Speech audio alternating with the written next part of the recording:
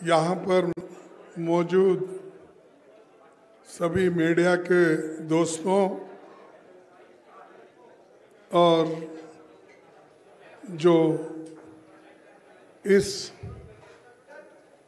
हमारे इंडिया गठबंधन में जो आए हुए वो सभी नेता लोग,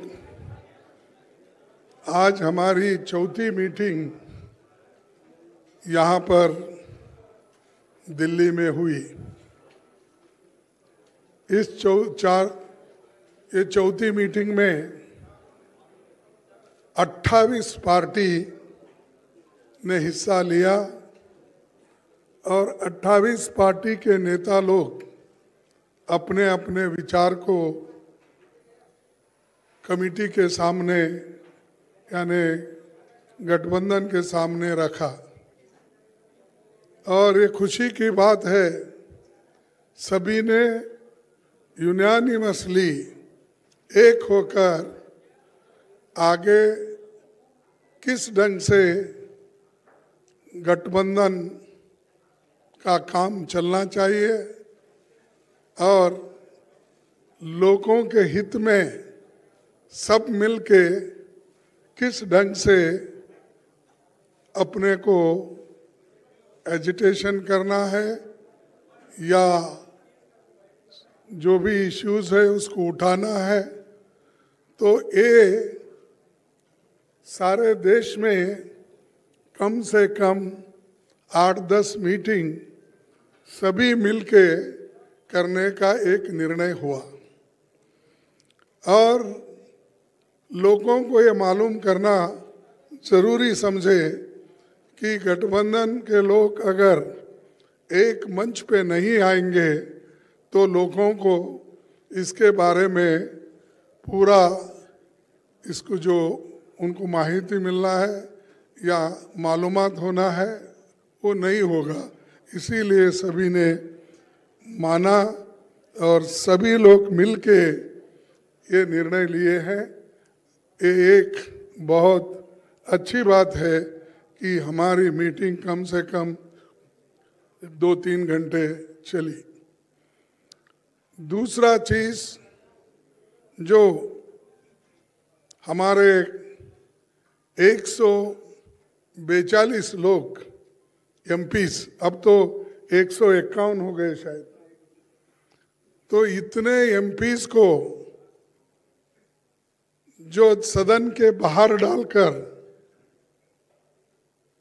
सदन जो बीजेपी की सरकार चला रही है इसको कंडम करते हुए हमने एक रेजोल्यूशन पास किया कि ये अनडेमोक्रेटिक है और लोकतंत्र के खिलाफ है और लोकतंत्र को अगर बचाना है तो हम सब लोग मिलके लड़ना होगा और इस लड़ाई के लिए सभी लोग तैयार हैं।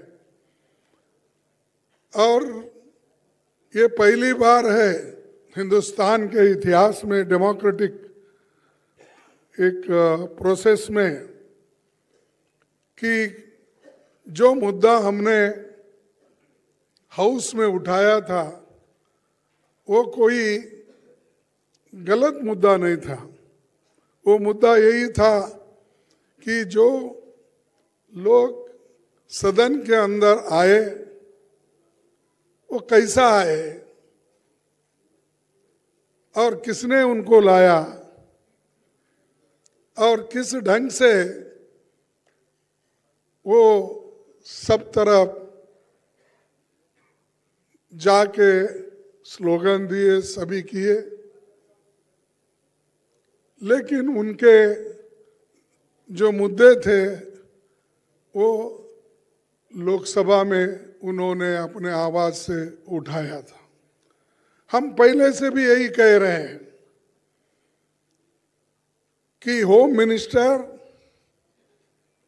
या प्राइम मिनिस्टर सदन में आइए, जो घटनाएं घटी है उसके बारे में सदन को अवगत कराइए, मालूमात कराइए लोकसभा को और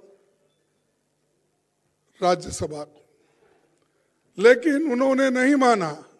मेरे को समझ में नहीं आता, सदन इधर चल रहा है, ये लोग अहमदाबाद में बिल्डिंग इनॉग्रेशन जाते हैं, सदन इधर चल रहा है, मोदी जी अपने कॉन्स्टिट्यूंसी में जाके घूमते हैं।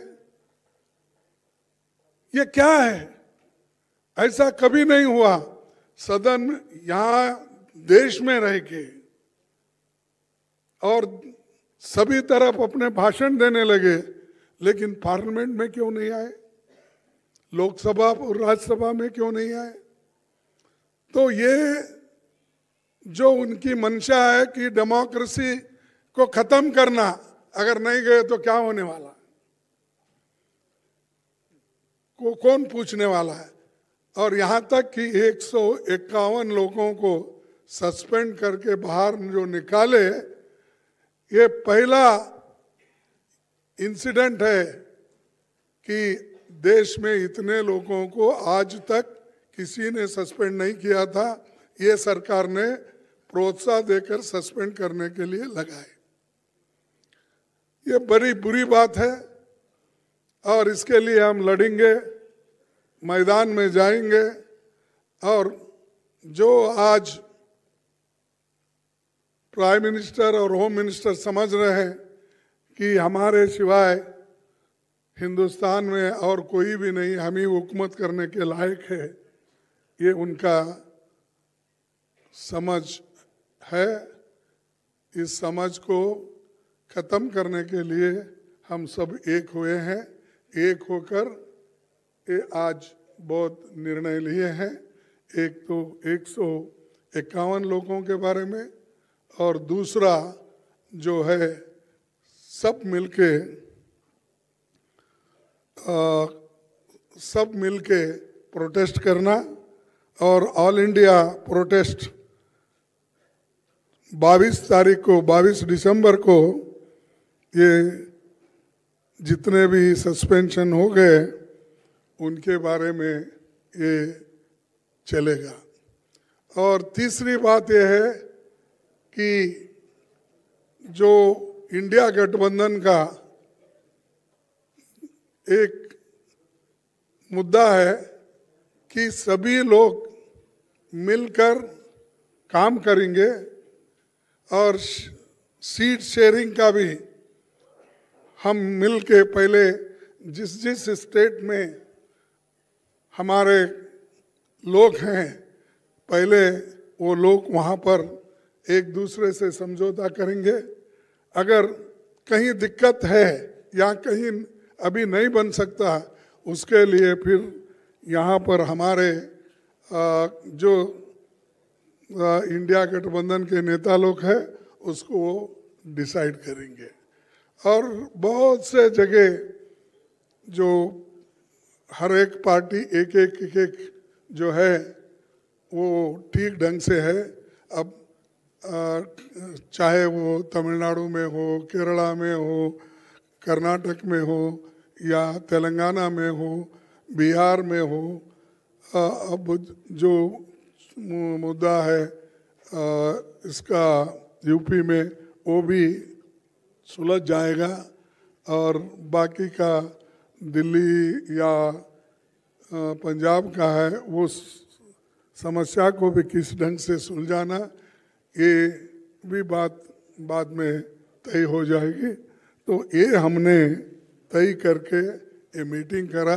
मुझे खुशी है कि इस मीटिंग के 28 पार्टी के नेता लोग और सभी दिग्गज यहाँ जो बैठे हैं वो सभी ने कोऑपरेट किया और कोऑपरेट करके इस मीटिंग को यशस्वी बनाया। इसीलिए मैं उन सबको हार्दिक बधाई देता हूँ, उन सबको धन्यवाद देता हूँ